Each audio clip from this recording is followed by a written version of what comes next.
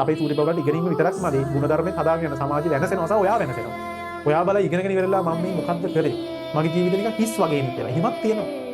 ඉගෙනගෙන අවසානයේ නිකන් ජීවිතේ හිස් කරගන්න එපා. ගුණධර්ම හදාගෙන ගියොත් තමයි ජීවිතේ හිස් වෙන්නේ නැත්තේ. නැත්නම් ඉගෙනීමත් ඒ ගුණධර්මේ නැති වෙලා ගියොත් දැන් ජීවිතේ අවසානයේ මොනවද මම මේ කරේ කියලා හිතේ.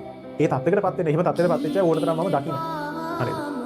ඒක නිසා අපේ චූටි බබාලා ගුණේ හදාගෙන යන්න දැන් චූටි කාලේ මගෙන් ඉවත් වෙන්න තියෙන්නේ. ඒ ඉවත් වෙලා ගියාට පස්සේ මොන පන්ති ගියත් මොන ලෝකේ මොන කාගේ ගියත් ගුණ ධර්මයකට හානි කරන්න එපා. ඔය සමහර වෙලාවට ගුරු රණ්ඩු වෙනවා. මැදිහත් වෙන්න එපා ළමයි. හරිද? මේ ලෝකේ කවුරු හරි ගුරුවරයෙකුට මේ ගුරුවරයෙකුට බයින්න යන්න එපා. මොකද ඔයාලට ශිල්ප පිරෙන. ඒ මනසට පිනක් තියෙනවා. කාට හරි කෙනෙකුට උගන්වන්න. ඔයාලා බයින්න යන්න එපා. අර කමෙන්ට්ස් වලින් බයින්න යන්න එපා. වාද කරගන්න යන්න ඕනේ. ආඩුවෙන්. ඒ තරමට හොඳයි. අද මගේ ළමයි පිරීලා ඉන්නවට මම කැමතියි.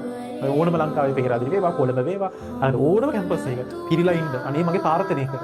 හරිද? CKS එකේ ගෝලේ යන්නේ. අර O level ගෝලේ යන්නේ. ඇයි මං O level උගන්නන මොනවද? ඉතින් මගේ ළමයි හැම සබ්ජෙක්ට් එකක්ම කරනවා. කොමර්ස් කරපු ළමයිනුත් මට ඉන්නවා. සයන්ස් කරපු ළමයිනුත් ඉන්නවා. ආර්ට් කරපු ළමයිනුත් ඉන්නවා. ටෙක් කරපු ළමයිනුත් ඉන්නවා. ඒක නිසා මේ මගේ ළමයිගෙන් කැම්පස් පිරීවා. හැබැයි මාව අමතක කරන්නත් එපා.